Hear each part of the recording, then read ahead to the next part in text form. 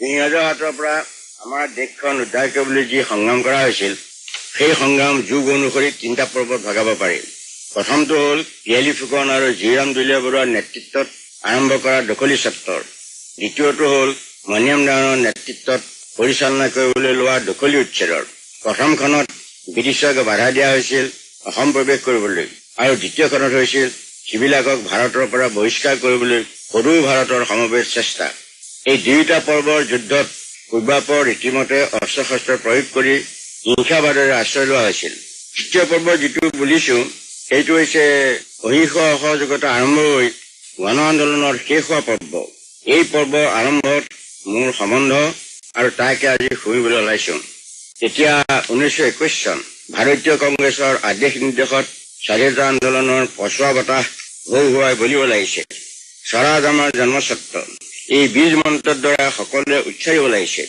মহাত্মা গান্ধীয়ে দফা দফাকৈ কাৰ্যপন্থাৰ ক্ৰমণিকা ৰচিব লাগিছে। তেওঁৰ পন্থাই কংগ্ৰেছৰো পন্থা। ব্ৰিটিছক হাতেৰে নামাৰি ভাতেৰে মৰাটোৱেই প্ৰশস্ত পন্থা। ইয়াকে অৱলম্বন কৰা হ'ল এই কেইটা উপায়েৰে: বিৰাতি বৰ্জন, কানি ভাং মদ আদি ৰাগিয়াল বস্তু বৰ্জন, আদালত বৰ্জন আৰু স্কুল বৰ্জন। এই বৰ্জন কেইটা সিদ্ধি কৰিব পাৰিলেই আমাৰ স্বৰাজ বা স্বাধীনতা এবছৰতে আহিবই। আশাৰ ওপৰতে একোটা একোটা সোণৰ কলচী দৌল বন্ধা হয়।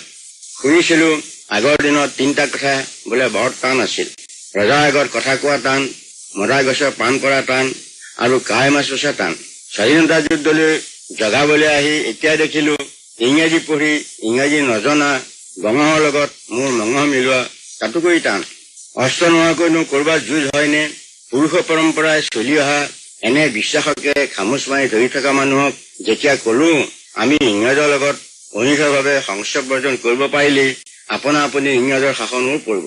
তেতিয়া তেওঁবিলাকে জাঙুৰ খাই ঠিক কৈছিল, এইবোৰ গছত গৰু উঠা হলংগাৰে কাণ বিন্ধোৱা কথা, এনেবোৰ নাহুত নাচুত কথাত ৰাইজ কোনো ভুল নাযাবাহক।